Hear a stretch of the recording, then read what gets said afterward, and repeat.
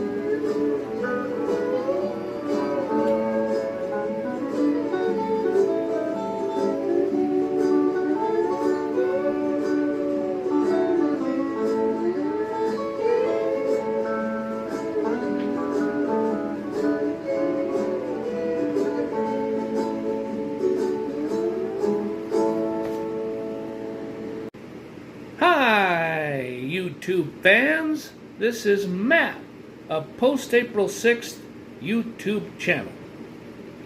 And like it's already been said, take two on this story idea.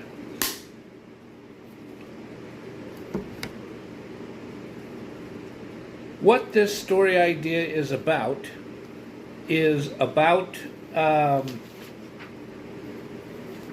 a man named Rex Grady Parson. And it is about some current events that happen. No, actually, it's a discussion of what happened in his neighborhood and in his life. In his neighborhood and in his life about a couple of months before this particular date, July 22nd, 2009. And the area that he lives in is South Hamden complex of apartment units and townhomes on East Girard Avenue. It's close to, it's basically the same location where I lived between the years 2005 and 2011, and then in my second tenure, 2016 until 2020. And as I've already discussed many times already in the over 350 vlogs I have now, or 350 videos, and over several, easily over probably easily over 140 vlogs I've done by now. Excuse me.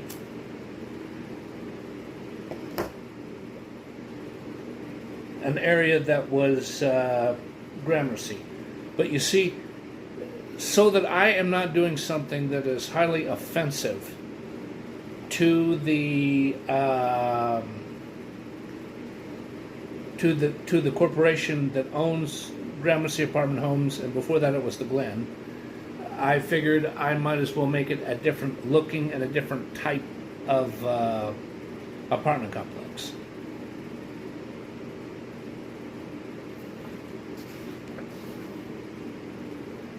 And he sees some pretty bad things. And right before he has a good friend pick him up to give him a ride to the airport, he sees two people chasing each other in road rage, and then all of a sudden they crash into one another.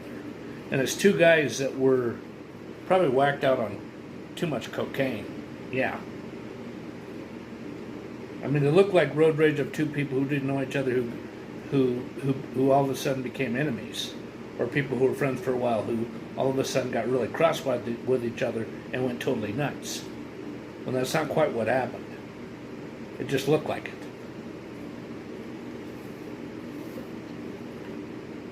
So what I will do is I will go ahead and start reading. Hold on, I got to take care of another little thing here really quick first. Okay, so now I'll start reading the story. Rex Grady Parson left his apartment home located in Southampton complex of apartment units and townhomes, located near East Girard Avenue and South Dayton Street. On July 22, 2009, as a means to arrive at Denver International Airport, aka D.I.A, in order to board a red-eye flight to WAIKIKI-HONOLULU, Hawaii, he left his apartment home at 10:31 p.m. via a personal ride from a nearby neighbor at a single-family home located on Boston Court. Because Boston Court and that exact spot where the apartment complex is, they're not far apart from each other at all. They're only about 2 to 3 blocks away from each other. Because here is where, figuratively speaking, the apartment complex would be, and over here, about 3 blocks on the opposite side of Girard, is Boston Court. I know that for a fact because I used to live in that area. I walked past Boston Court so many times I can't even begin to count. Between 2005 and 2011 and 2016 and 2020 and 2022 until now, East Girard and Boston Court, probably over 3,000 times, maybe more than that. Okay, so I'll get back to the story.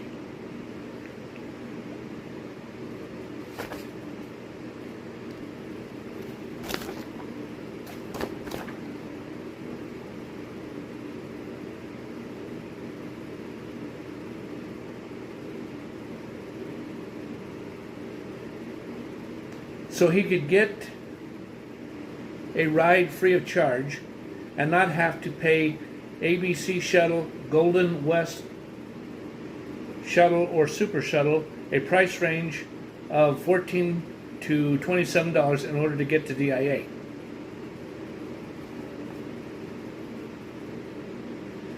Well, before he was picked up by a good neighbor named Stanley, he waited right by the leasing office and clubhouse. For Stanley to arrive,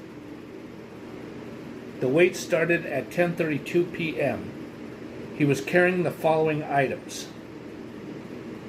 a large Samsonite 53-inch hard shell luggage, trunk with wheels and a telescopic luggage handle.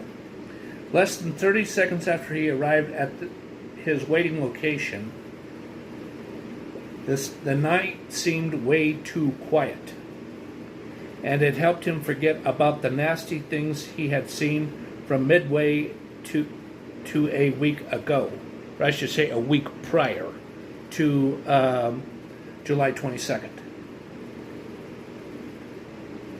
Bad behaviors like seeing a woman on her cell phone screaming angrily at her boyfriend and crying really hard like she was being abused in a very unhealthy relationship.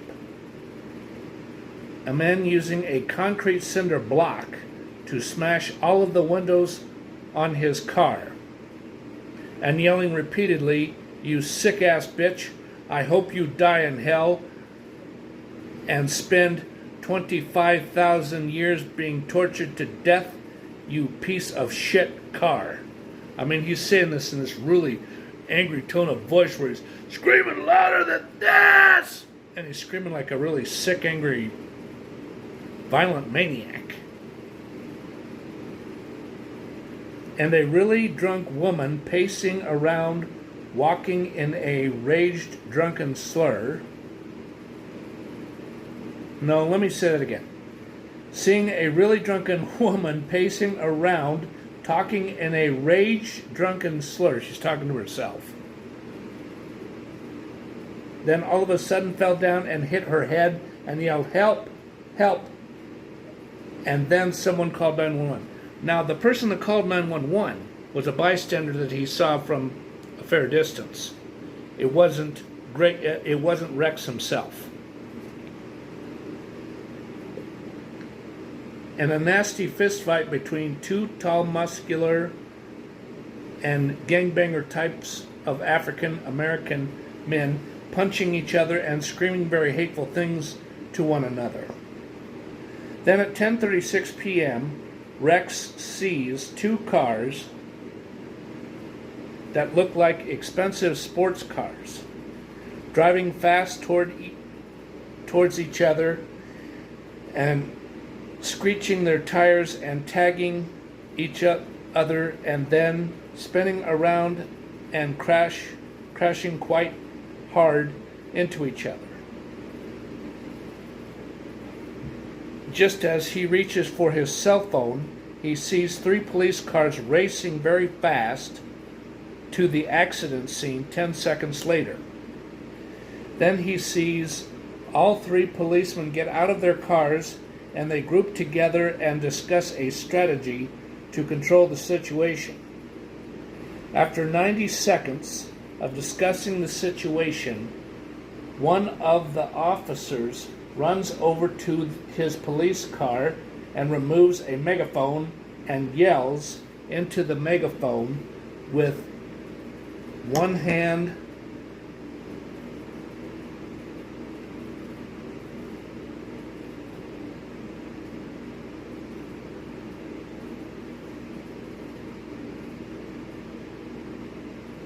Excuse me a minute, let me figure this out. And let me say that all over again. And then yells into the megaphone with another hand near his service's firearm. Then he shouts, "I need the both of you to get out of both of your cars slowly with your hands up. Do it right now." Because he was talking about like that through the megaphone. 10 seconds later, both of the men slowly opened their car doors, and the two men carefully emerged from each individual car and slowly put their hands up, and both of the men's hands are shaking, and one of the men is gasping in tremendous fear.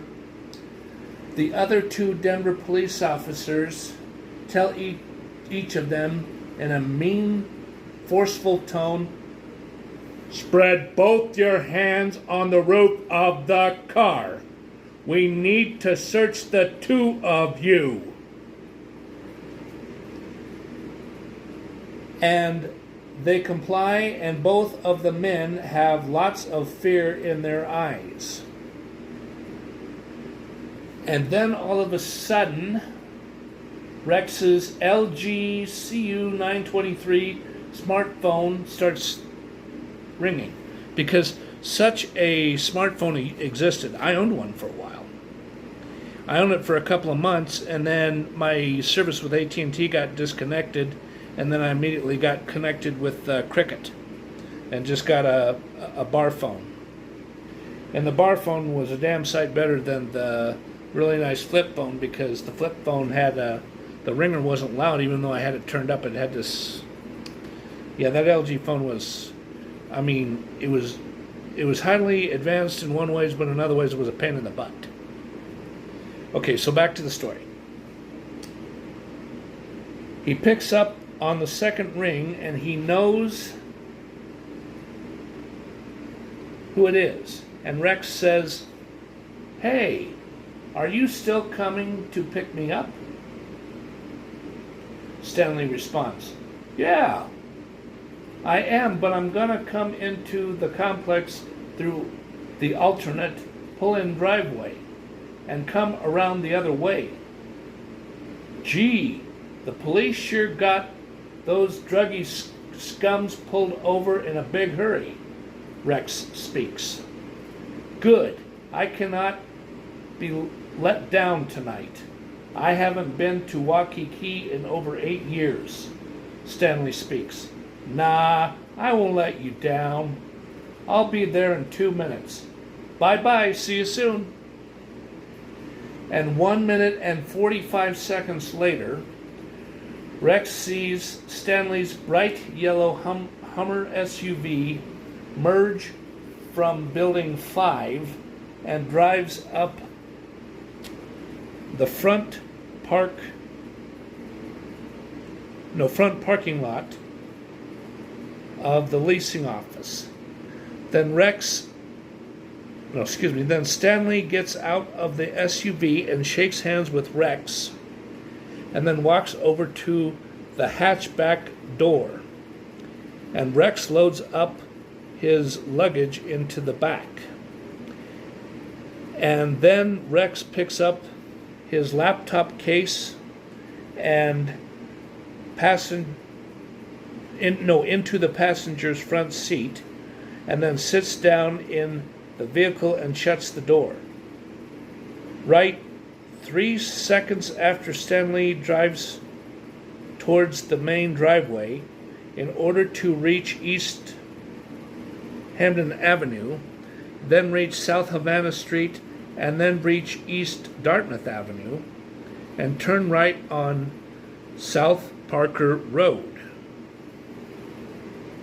And then soon afterward, merge onto Interstate Highway I-225, because he would go up Hampden this way, and then he'd go around this way on Havana, and then he would turn this way on Dartmouth, so that it eventually gets to the exit that would get him onto I-225.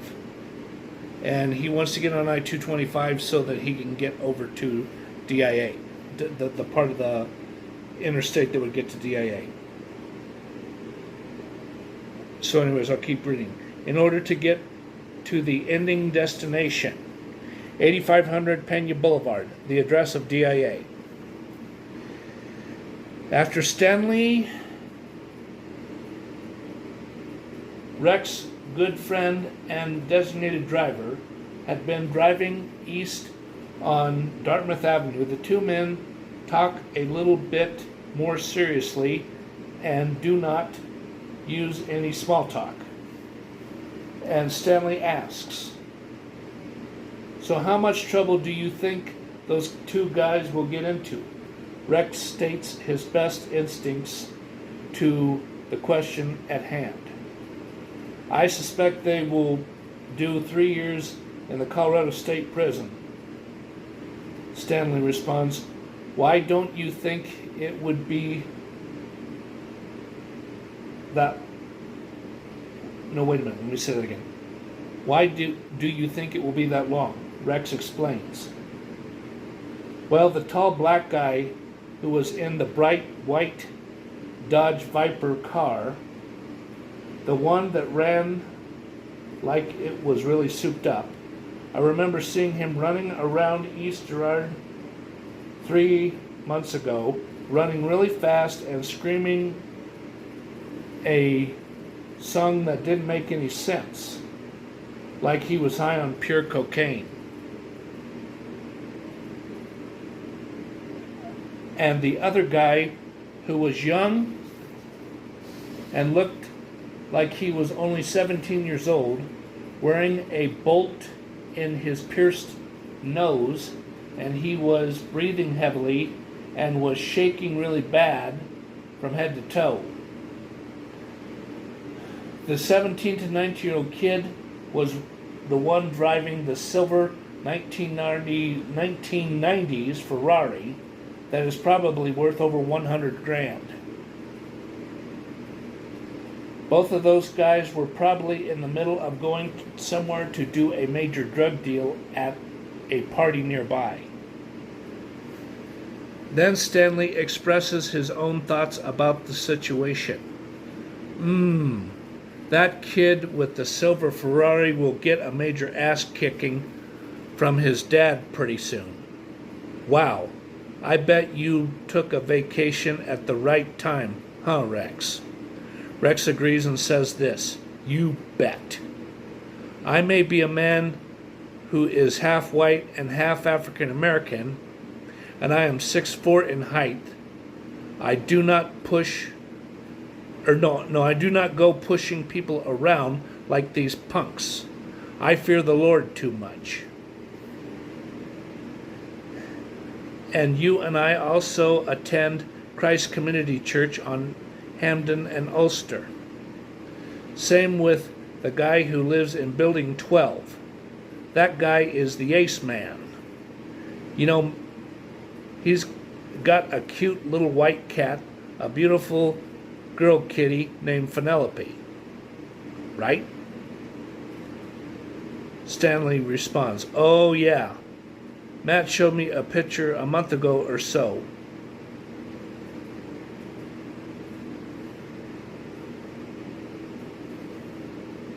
Then Rex talks about and tells some more neat things about the Ace Man. He said that he told me that at 3 a.m. in the morning his cat woke him up because a guy was sneaking around outside Building 12. And the cat was growling like she wanted to attack the son of a bitch.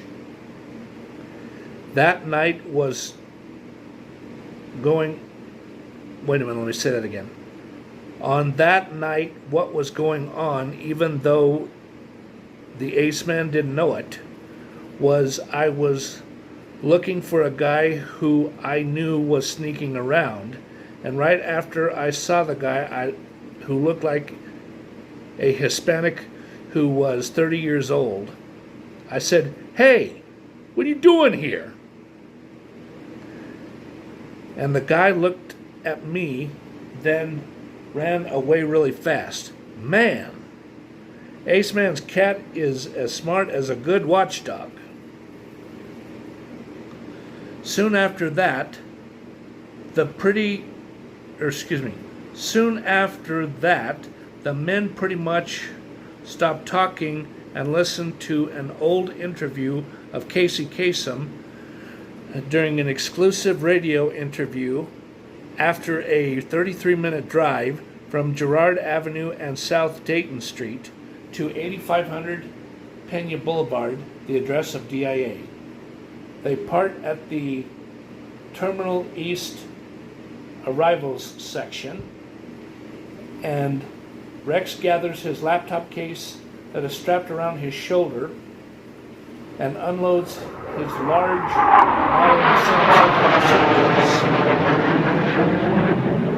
and enters D.I.A.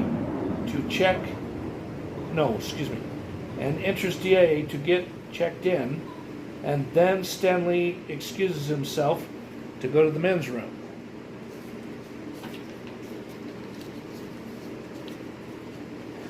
Then after the two men shake hands and Stanley wishes Rex a lot of good luck and slips him a $50 cash bill with Ulysses S. Grant on the U.S. currency, and that Rex goes to the counter for United Airlines and checks in his luggage and his airline ticket information. And then Rex heads towards the TSA security screen section. After he arrives to the escalator that heads to the TSA security, he starts to see two different TSA guards, a FBI agent, and a fugitive apprehension specialist with the U.S. Marshals. Because see what I'm about to talk about, they're busting some guy really, not just big time, more like major big time. He was a really bad dude. I mean, really bad. Okay, so I'll keep going. Place a wicked-looking Hispanic man with evil satanic tattoos on his face and arms under arrest and is handcuffed, and all 4 law enforcement men escort him away from their main security checkpoint. Well, fortunately, no, let me say that again. Well, Rex was fortunate because there were only 9 people ahead in line at the waiting line.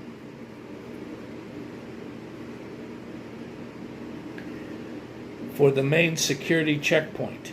He notices this immediately after departing the escalator, and he patiently waits in line for about 15 minutes before it is his turn to go through the screening process. Finally, he walks to the area where all the gray totes are and unpacks his laptop out of the fabric casing, takes off both of his Nike blue sneaker shoes. He empties all 4 of his pockets that contain a pocket comb, a key ring with 7 keys, $207 in cash in 10s, 20s, 1s, 5s, and a $50 bill, a 7-day set of prescription drugs he must take, a big white hanky, 81 cents in pocket change, his wallet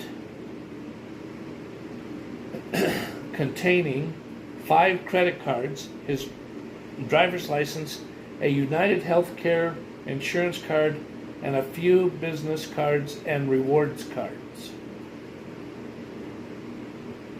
And last but not least, his LG smartphone that is a real diamond and a essential lifeline.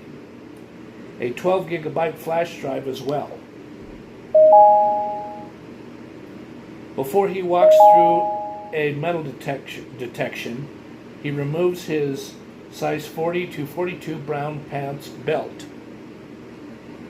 After he gets screened by the TSA guard and is granted clearance to enter the last phase of the checkpoint, he hears a female TSA guard say with a deadpan look on her face, Sir, as a formality we must comply with. We need to turn on your laptop and examine it. May we do that now?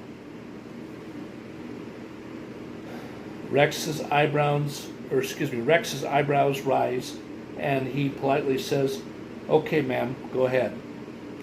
Rex waits off to the side and feels nervous. After the TSA security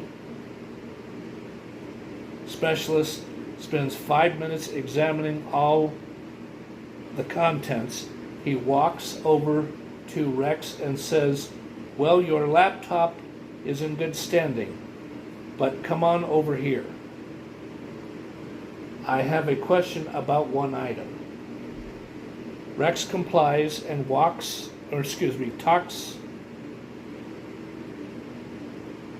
over and in his mind as he asks the Lord, because see, he's thinking this in his mind, he's not talking to himself.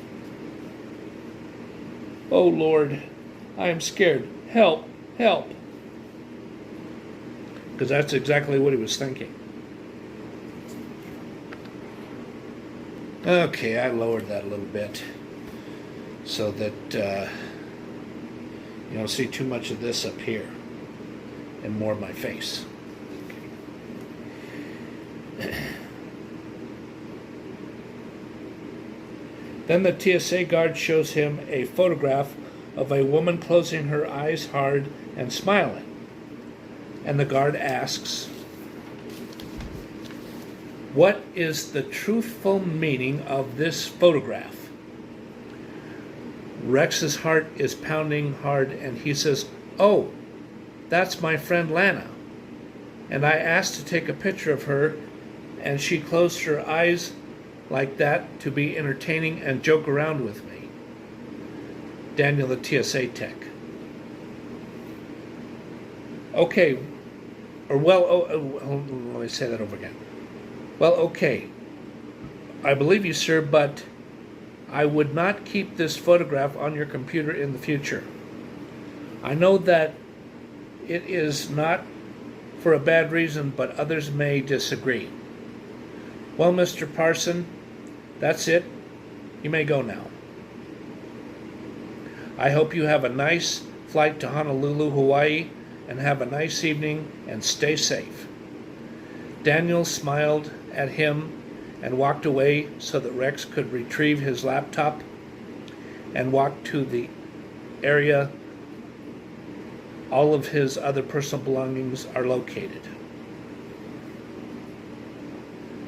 After he got everything that was his, he went down another escalator in order to head to the proper shuttle train so he could be transported to his concourse and get to his United Flight 339, leaving at 12:40 a.m. Because that's a red-eye flight. When you're leaving that late at night, or early, or what would be the early a.m. hours in the middle of the night. You know what I mean. Thursday, July 23rd, 2009. Because 12:40 a.m. is not July 22nd, it's July 23rd. As I'm sure you know. Once he got to his concourse, he focuses his sight on a eatery that is open for business. And the only one that is open is a cafe that has lots of foods to choose from. Because all of the sudden, Rex is hungry and wants a belt of booze. He entered the cafe and reads the menu and quickly decided on a Reuben sandwich and decided against a glass of wine. He does not want to drink something that is risky and has a small lemonade with it. About 2 minutes later, a very pretty blonde-headed woman, a young waitress, comes forth and asks what he decided on. He asks to order the Reuben sandwich and the small lemonade. She writes down the order and heads into the kitchen and gives it to the cook on duty. After waiting about 3 minutes later, the waitress arrives with his order on hand, placed on the server tray. She hands it to him and he starts to eat. As he is eating, he looks at the time on his smartphone. It is now 12:07 a.m. and he eats the sandwich in less than 3 minutes and gulps down the lemonade too quickly, then pays for his bill at the cafe. At 12:11 a.m., he grabs his laptop and starts scooting on the conveyor belt over to the boarding dock. Actually, it's the boarding tunnel.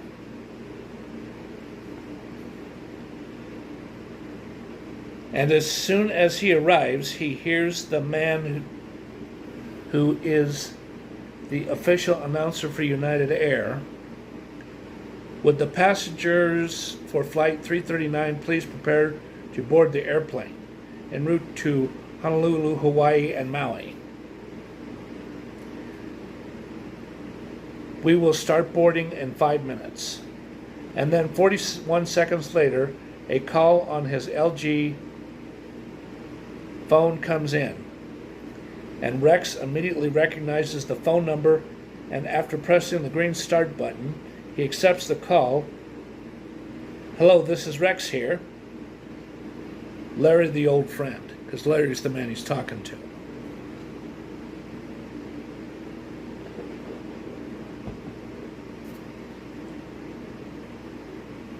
Rex, this is Larry Benson. Long time no see.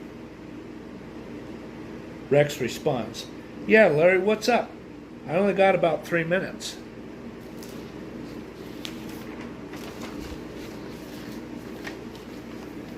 Larry, well, I have heard you are flying to Waikiki tonight, right? Rex, yeah, that's right. How did you know? Larry, Stanley and I talked about an hour before he gave you a ride to the airport. And a lieutenant with the FBI called to tell me that... No, wait a minute. Let me say that all over again. A lieutenant with the FBI called to tell me who had been arrested at D.I.A.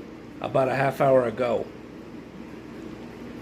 Rex, yeah, I saw a murderous, wicked Hispanic with evil tattoos all over his arms and face about that long ago.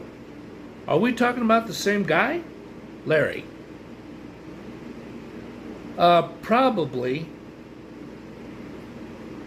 the same guy. All I know for sure is that his name is Enrique Tobias Ramirez. He was arrested for these crimes: conspiracy to commit Medicare fraud, child molestation of 5 children, selling false identification cards to over 30 different people. Rex's eyes open wide, and then he says to Larry, "Oh my God. That guy will go to prison for over 20 years, I bet." Larry agrees and says this statement, "Yeah, probably 20 years in the federal slammer. I personally think it's going to be 25 to 30 years. Well, here's a little tip for you. After you arrive in Waikiki, go see Woo Chung Lee at the Visitors Bureau of Honolulu. Tell him I sent you, and he will get you some coupons and info on some good deals on some tourist attractions." Rex thanks him and says, "Hey, thanks a lot, Larry. I sure do miss working for the U.S. Customs Bureau." Because that statement is true. I mean, this isn't about an actual true person, but for fictional purposes, Rex Parsons used to work for the U.S. Customs Bureau. But anyways, I'll keep reading here. I'm almost done. "But I had to throw in the towel 2 years ago and just move on. Look, I hate to cut you short, but they're gonna tell me I gotta get up and start boarding the airplane any second now." Larry, "Okay, have a nice trip in Waikiki and call me anytime you want, and call me about your trip, how your trip is going in a couple of days or so." Rex, "Okay, I will talk to you later. Bye." And then the conversation ends, and Rex double checks where his laptop is, and then 3 seconds later, the announcer gets on the intercom and says, "Will passengers..." No, let me say that again. "Will the first 5 passengers please stand in line now? We will start boarding the airplane now." Actually, what he would really say was Group 1, because, it'll say on the ticket, Group 1 and their seat, or Group 2, Group 3, Group 4, Group 5. because everybody's in the group because they only load so many people up in one group at a time, because they don't want everybody just standing in line and the line being much longer than this, and there's all types of complications where too many people are going to bump into each other, and people are going to get mad and throw fits and start cussing each other or worse. Oh yeah.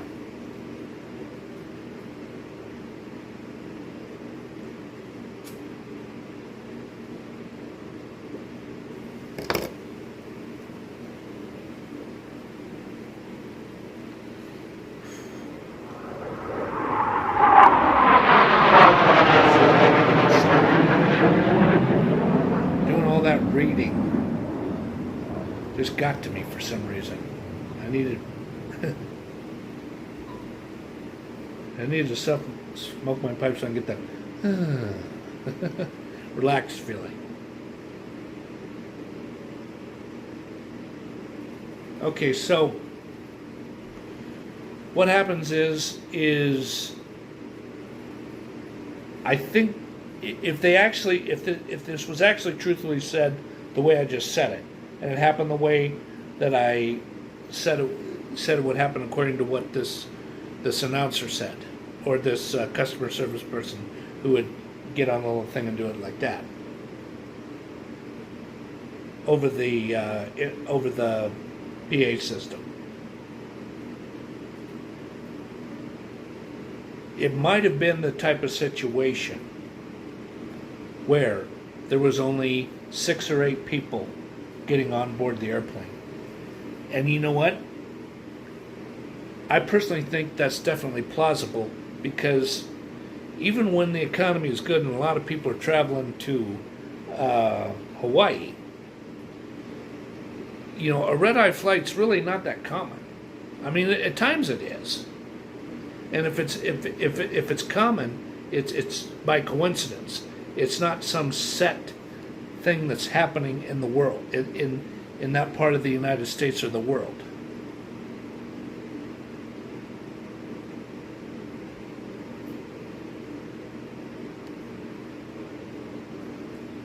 Okay, so he gets on, and he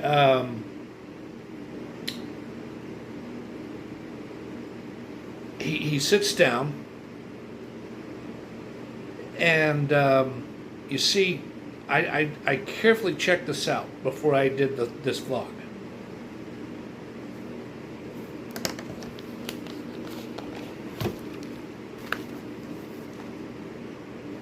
The distance between Honolulu and Denver, Colorado is 3,365 miles. The shortest flight that would be a non-stop flight would only be a one-stop flight that would be a quick one, where they're only laid over for about 20 minutes to a half hour. It's going to take a little more than 7 hours. So, okay, I had to pause and think about this for a little bit. The way it would probably go is, instead of leaving at 12:40 a.m., they leave at 12:52 a.m. They're just a tiny bit late for whatever reason. I think it's because the airline mechanics had to double check a couple of things on the thing so that something didn't get so something didn't break, and then they had to do either A, an emergency landing, or B, the plane winds up crashing.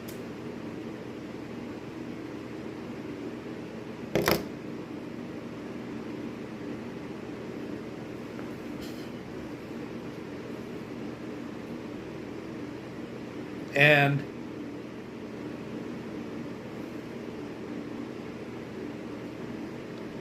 at about 4:52 to 5 a.m.,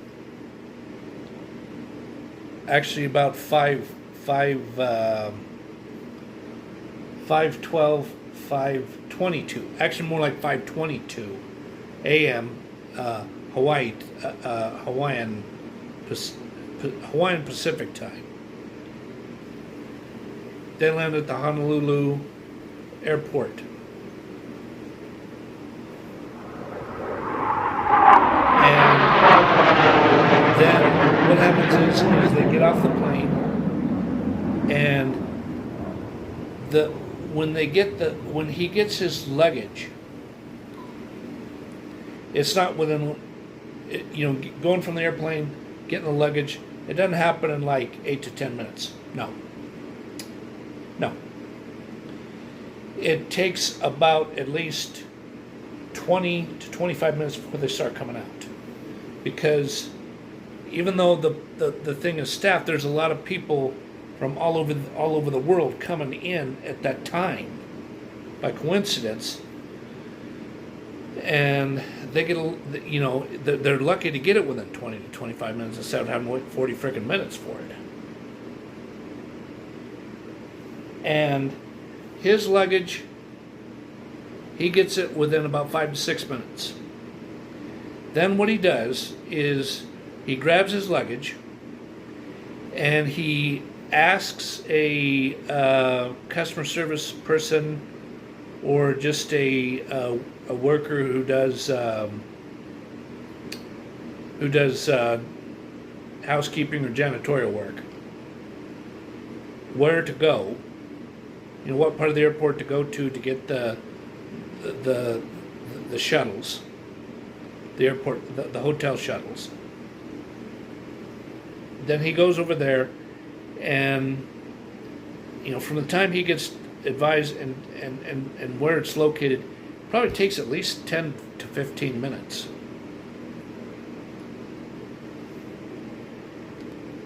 Somewhere between 6:12 and 6:15 a.m. Hawaiian Pacific time, or Pacific Hawaiian time, he gets in the shuttle, and that's about 6:12, 6:22.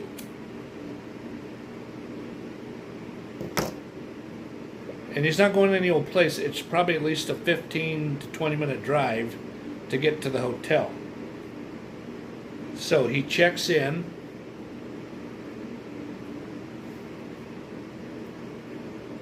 at about 6:52. And even though he's exhausted, he's really, really hungry. I mean, his stomach's growling hard. And the first thing he does is he goes up and he follows the bellman who gets his luggage to the hotel room, and he tips him $5. He goes in there.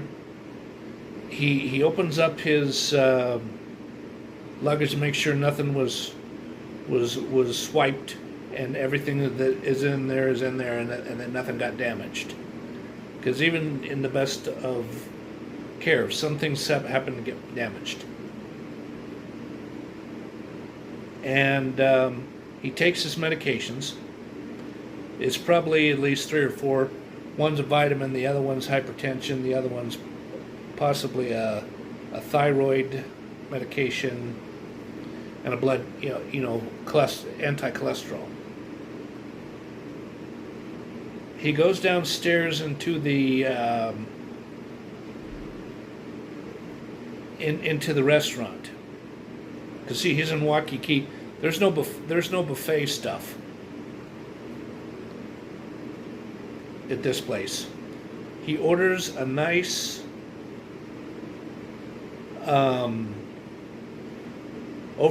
two over easy eggs, Canadian bacon, an English muffin, and one Belgian waffle. It's one of those small ones, about this big roughly, instead of this big. and he eats that, and he keeps yawning over and over and over as he's eating. And then what he does is, as soon as he's done eating and he's paid his bill, which would come to probably, let's see, this is one thing that's going to be reasonable. I mean, it's dirt cheap there, but out here it's just a little bit expensive, depending on the types of cost of living mentalities that people have. It's probably about $14, and he gives them a $2 tip, so $16, or $16.35 or $16.55. Yeah, more like $16.55. He goes up the elevator and he goes back to his room. He gets into his jammies and he crashes. I mean, he's tired. And he sleeps for about 5-6 hours. And when he gets up, boy, he's wired. He showers and shaves and brushes his teeth. And, probably has to go to the bathroom. And then he talks to the concierge about the tourist attractions nearby. And he can't decide which one to go do first. So what he does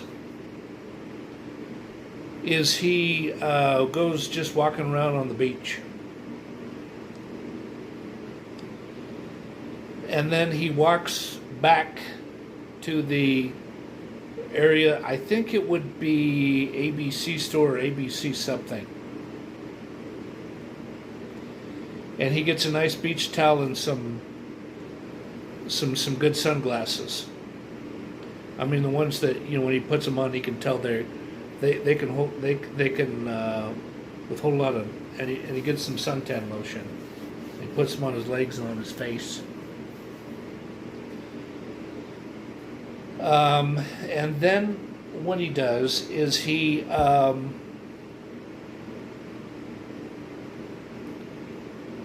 comes back to his hotel room, and he can't decide what to do, so he just keeps flipping through the channels, and there's a whole lot to choose from. There's like over 300 channels because of the it's either the modern satellite system or some type of DSL or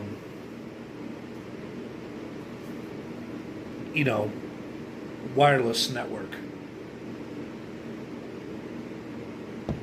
And then what he does is around I think it's going to be around 7:30. He thinks, I haven't had a good steak in a while. So he goes to the front desk and asks for where the closest one is. And it's about 3 blocks away, but he doesn't care. He'll walk it. And he goes and eats a really nice steak dinner. It only costs him $48 because he has a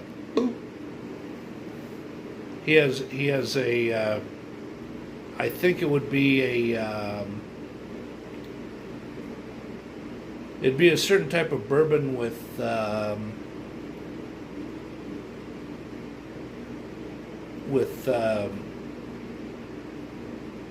like a lime or a lemon lime flavored seltzer water. Yeah, that makes sense.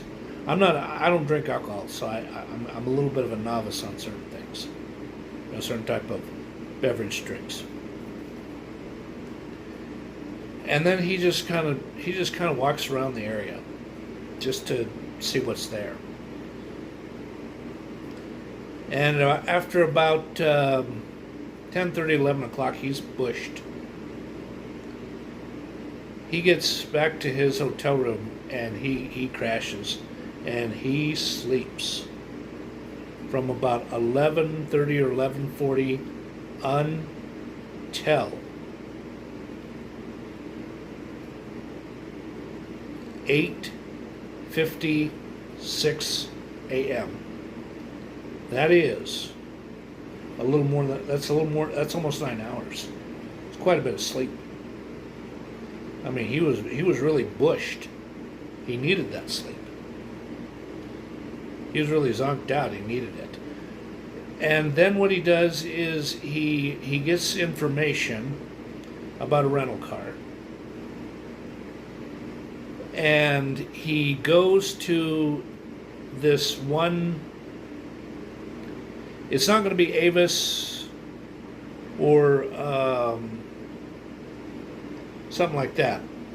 It's going to be a local rent-a-car company called Tropics Go or Tropics whatever.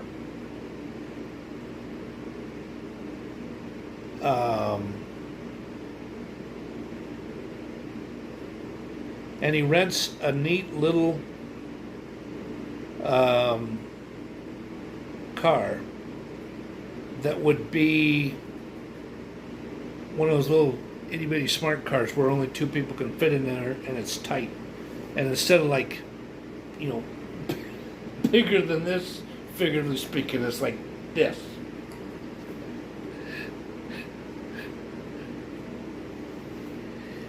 It looks a little smaller than this notebook.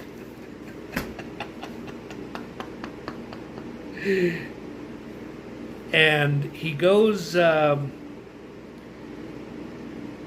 he goes out to eat for breakfast because and he eats at this nice hole-in-the-wall fast food place.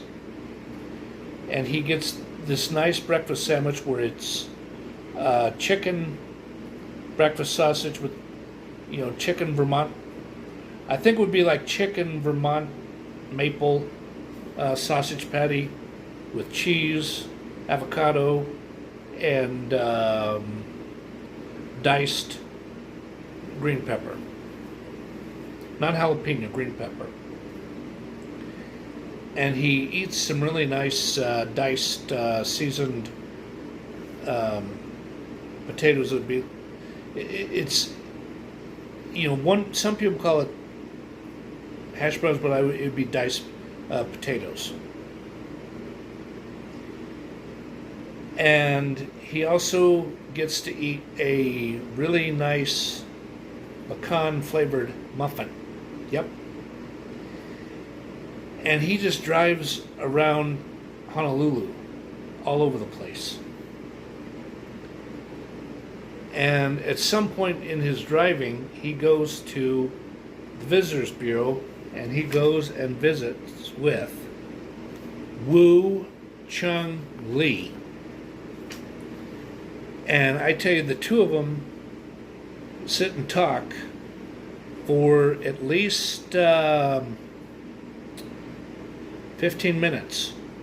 And he gives him some coupons that he can use for certain tourist attractions. And he goes and he does some shopping around in some of the malls, and he buys a few souvenirs. He buys a deck of cards, poker cards instead of pinochle cards that have a bunch of decorations or landscape decorations of Hawaii. And he also he buys a couple of Hawaiian shirts, cheap pullover t-shirts they can get for about $8 instead of the button-down ones. And he gets a bite to eat at a couple of different places, and he just keeps doing stuff until about 11 o'clock. And then he drives back to his hotel, and he gets back in the hotel and he crashes. He doesn't even bother to turn on the television even for 10 minutes. As soon as he gets in there, thunk, he crawls right into bed. And on the third day, wait a minute. Yeah, on the third day, he goes on a cruise ship tour where they don't, they don't go for a real far period or far distance, but it's around Oahu, just all the way around like this, and areas that would be in between Oahu and the next island. And he really has a heck of a lot of fun. I mean, that boat, that cruise ship tour, it goes on for about 3-4 hours. I mean, he gets to see quite a lot of stuff that's really beautiful. He comes back into